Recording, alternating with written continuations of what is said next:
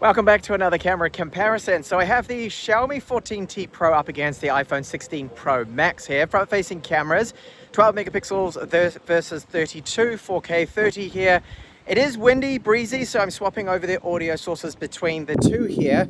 I'm just going to go for a little light jog, testing the electronic image stabilization that they're both using. Main cameras. So the Xiaomi has a 50 megapixel sensor, and it's using optical and electronic image stabilization. The iPhone 16 Pro Max that is using a 48 megapixel camera, also with optical and electronic image stabilization. So I'm just briskly walking here at the moment. Focus on both with 4K 60 frames per second does seem to be fine.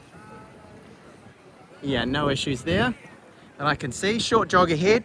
It is quite breezy and windy, so there will be some wind noise, but which one is filtering it the best is what we want to know, because otherwise it's going to ruin your audio quality, isn't it?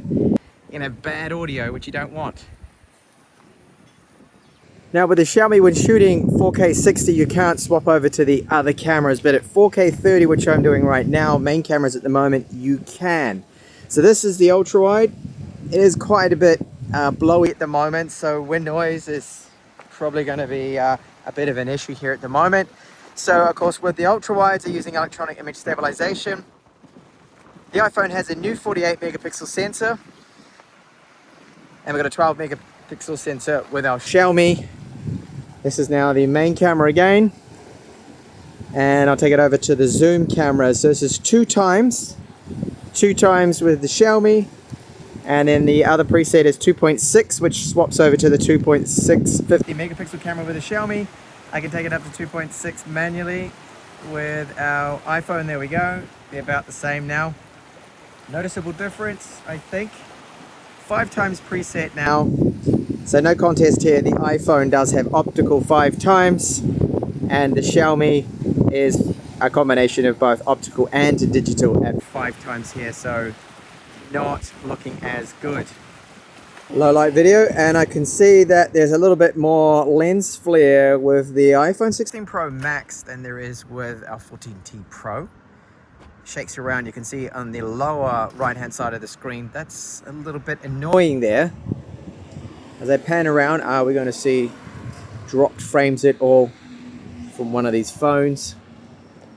Stabilization at night is definitely not looking as good as the daytime footage.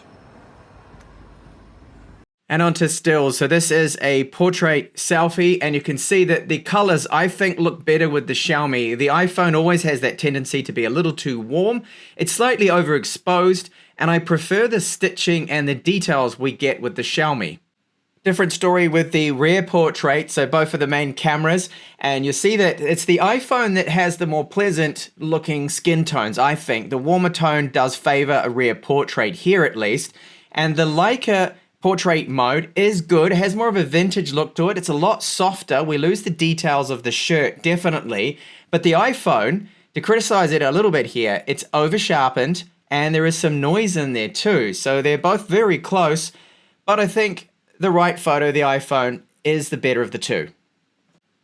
5-month-old Snow now with this shot is testing out HDR because there's a bright background. My subject isn't in the sunlight, and I think it's the Xiaomi does a better job here. It's slightly brighter, and if you look at the surrounding area of where the kitten is, you can see that there's more detail, and the mountain in the background, I think, looks better. There's something weird happening with the iPhone where the mountain is. It has a bit of a silhouette kind of effect to it. This photo is 2 times digital zoom now, so 50 megapixels versus 48. There's not much of a difference there. It's all to do with the processing. And as always, I use Vera's pink little nose as my focal point. And I think the Xiaomi landed it. It has a lot more detail. Now, to give credit to the iPhone here, it captured more details of her white fur. And we tended to lose a bit of the details with the black, at least with the iPhone, and it doesn't seem to have nailed that focus. The Xiaomi a little bit over sharpened, but it's got all those details, and I think it wins this one. Ultra-wide photos now. So we have a megapixel advantage with the iPhone. 48 megapixels, the new sensor, which I find to be a little noisy. So the color balance, I prefer with the iPhone. It's more correct, and I do like the contrast we get from it. However, when you zoom in, you can see that there's more details, yes, with the iPhone, but its fisheye lens effect or the ultra-wide correction to correct the distortion didn't work as well as the Xiaomi, and that noise there too as well is a little bit distracting.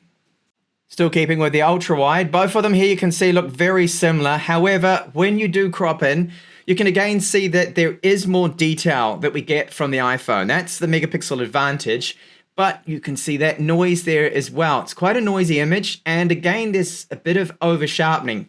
But look at the sea, look at the rocks, definitely more details coming through with the iPhone. Zoom cameras now, so we know that the Xiaomi is only 2.6 optical, and then we've got 5 times optical, so not exactly fair, but I took them both up to 5 times, and you can see, yes, the iPhone does have more detail here, thanks to the optical zoom advantage it does have, being purely optical without the digital. However, again, there's a bit of noise here, and Apple is, I think, over-sharpening excessively with this. Still with our zoom cameras, and both of them again at 5 times zoom here, looking at the Iron Tower. Yes, the iPhone does have more details, again from that optical zoom advantage. However, look at all that noise in the trees. It's over-sharpened and a little bit noisy. There's the grain and some artifacts that I don't particularly like for such an expensive phone. Indoors, HDR shot, main cameras here, so 50 megapixels versus 48. As mentioned, really no difference, of course, but look at the details. And again, the sharpening that the iPhone is applying here. So for social media, that looks great, but I find it to be just a little bit over-sharpened. But you look at the floor, the texture of the floor, the textures of the table, the background. Yes, the iPhone with this one clearly gets the win here. It does have more detail. And now with our ultra-wide cameras, you can see basically the same story, that there is a bit more detail with our iPhone, because now it has 48 megapixels versus the 12 we get with the Xiaomi. iPhone again, just applying a little bit too much sharpening, and they're starting to introduce some artifacts and noise. Xiaomi Leica authentic mode here. I do like the background blur we get from the Xiaomi lens. The iPhone covered and captured the details of those petals a lot better, the different shades of blue. We tended to lose that detail with the Xiaomi. However, the iPhone photo is a little bit blurred, and I don't really know why. I took them both about the same time and separately, so it wouldn't affect each other. There was a second between them. Maybe it was a little bit windy or something. But I think overall, looking at the photos, that it's the Xiaomi that's slightly better. Still using Leica Authentic, the Xiaomi is oversaturated and it is clipping some of those colors there of the very bright petals, missing out on some of the finer details of the veins and those leaves and whatnot. And you'll see that it's the iPhone, I think, that gets the colors a little bit better. There's less amount of clipping and more details, and it is a bit of a brighter image. I still like the Xiaomi, but you cannot deny that the iPhone got the details a lot better and less saturation. Moving into night shots now. So looking at the colors, they use orange street lights here, and both of them tended to get the orange street light. I like the fact that the sky looks black on the Xiaomi especially. And if you crop in, you can see it's quite interesting. Look at the people's faces. I think the Xiaomi got a few more details, and I like the fact that the sky looks a little darker and less noise compared to the iPhone. The iPhone sky is looking a bit noisier, and I think it's all subjective that the Xiaomi was better at this shot. Ultra wide low light now, and you can see that there's a difference in the brightness and the colors. Now the iPhone has the color more true to life, more correct. Look at the pavers, there's slightly more details, but it's a noisy image. The ultra wide again is introducing a bit of noise, probably caused by the over sharpening that Apple's doing. Then our main camera with their brighter lenses, you can see the iPhone, when we look at the section to the left with the two people walking, when I crop in now, there is a lot more that is captured, more details, it's slightly brighter than. I think the iPhone here did a better job at this night shot scenario. This is where things get a little bit embarrassing for the iPhone. This night shot, you can see the terrible lens flare of the iPhone. It looks like the mothership in the background from Close Encounters of the Third Kind, if you've ever seen that 80s movie. It's disgusting, really. The lens flare they have on such an expensive phone, double the price of what the Xiaomi is, and the night sky shouldn't look so bright. Okay, there's some light pollution, sure, but I do like the Xiaomi here, and I think the Xiaomi embarrassed the iPhone with this night shot.